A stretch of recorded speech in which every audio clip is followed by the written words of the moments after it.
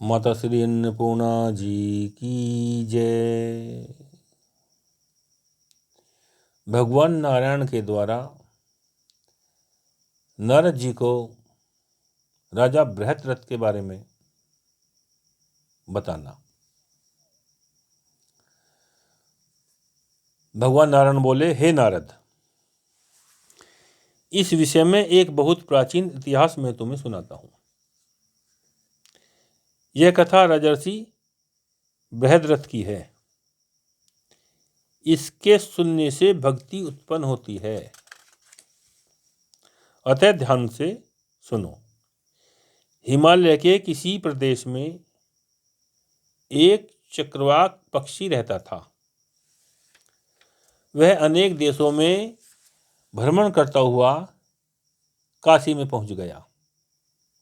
देव योग से वह पक्षी अन्नपूर्णा के दिव्य धाम में जब पहुंचा, वहां वह स्वभावते अनाथ की भांति चावल के दानों के लोभ में गया था। उस समय आकाश में घूमते हुए अनायासी उसके द्वारा मंदिर की प्रदक्षिणा हो गई। फैलते किसी अन्य देश में ले जाकर वह मुक्तिदायिनी काशीपुरी में रहने लगा। कुछ दिनों के बाद वह वहीं मर गया और सीधे स्वर्ग को चला गया।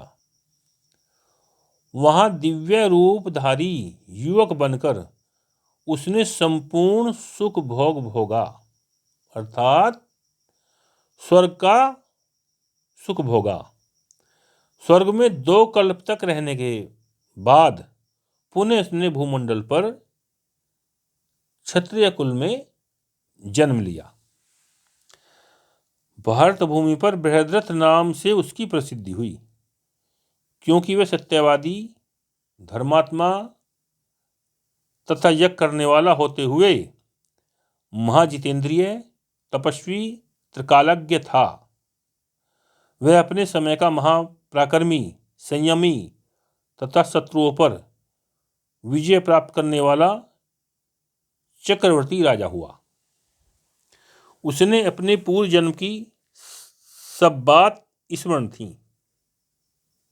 उसे अपने पूर्व जन्म की सब बातें स्मरण थीं। पृथ्वी पर यह बात आश्चर्यमयी जनश्रुति की भांति सर्वत्र फैल गई। यह बात जब ऋषि मुनियों के कान तक पहुंची, तब वे भी आश्चर्यचकित होकर महाराज बृहद्रथ से मिलने के लिए उनकी राजधानी में आए। उस समय राजा ने भी मुनियों का समुचित स्वागत सत्कार किया और बैठने को आसन दिया। राजा भी सिंहासन पर आसीन हो गए। तब ऋषियों ने राजा से पूछा, राजन, किस पुण्य के प्रभाव से तुम्हें पूर्व जन्म की सारी बातें स्मरण हो जाया करती हैं, अथवा किस पुण्य की व तपोबल से तुम त्रिकालज्ञ हो गए हो? यह हमें संशय हो रहा है, अतः हम लोग इसी ज्ञान के रहस्य को जानने के लिए तुम्हारे यहां आए हुए हैं। इसलिए हे नरेंद्र, निष्कपट भाव से यथार्थ बातें हमें सुनाओ। नारायण भगवान नारद जी से कहते हैं, हे ब्राह्मण, मुनियों की उपयुक्त बातें सुनकर उन परम महात्मा राजा बृहद्रथ ने अपनी सारी बातें कह सुनाई। राजा ने कहा, हे मुनिगण, आप सभी मेरे त्रिकालज्ञ एवं ज्ञानी होने का कारण सुने। इस जन्म के पहले मैं चक्रवाक पक्षी की योनि में था। त्रियक योनि नीच योनि कही जाती है, जो पूर्व कर्म वशात मुझे प्राप्त हुई थी। पर सौभाग्यवश अचानक ही मैंने भी अन्नपूर्णा देवी के मंदिर की प्रदक्षिणा कर ली, जिसके पुण्य फल के कारण मैं स्वर्ग चला गया और वहां 2 कल्पों तक स्वर्गीय आनंद भोगता रहा। हे वृषशील मुनियों, उसी के प्रभाव से इस भूमंडल में जन्म लेने के बाद भी मुझे भूत, भविष्य और वर्तमान तीनों कालों की बातें जानने की अद्भुत शक्ति प्राप्त है। यह केवल अन्नपूर्णा भगवती के अज्ञान दर्शन यह केवल अन्नपूर्णा भगवती के अज्ञात दर्शन एवं प्रदक्षिणा का सुफल है, जिसका मुझे प्रत्यक्ष अनुभव है। अहो जगत जननी भगवती श्री अन्नपूर्णा के चरण कमलों का स्मरण करने से इतना फल होता है, यह कौन जान सकता है। आज उनकी महिमा का स्मरण करते ही मेरे नेत्रों से आनंद के अश्रु बह रहे हैं, शरीर रोमांचित हो रहा है और कंठ गदगद हो रहा है। हाँ, हंत धिक्कार है उन कृतघ्नि पापी जनों को जो अपनी उपास्या जगदम्बा देवी का भजन पूजन नहीं करते, क्योंकि शिव पूजा या विष्णु पूजा भी नित्य नहीं है। एकमात्र केवल परा देवी की उपासना ही नित्य है। यह श्रुति स्मृति का कथन है।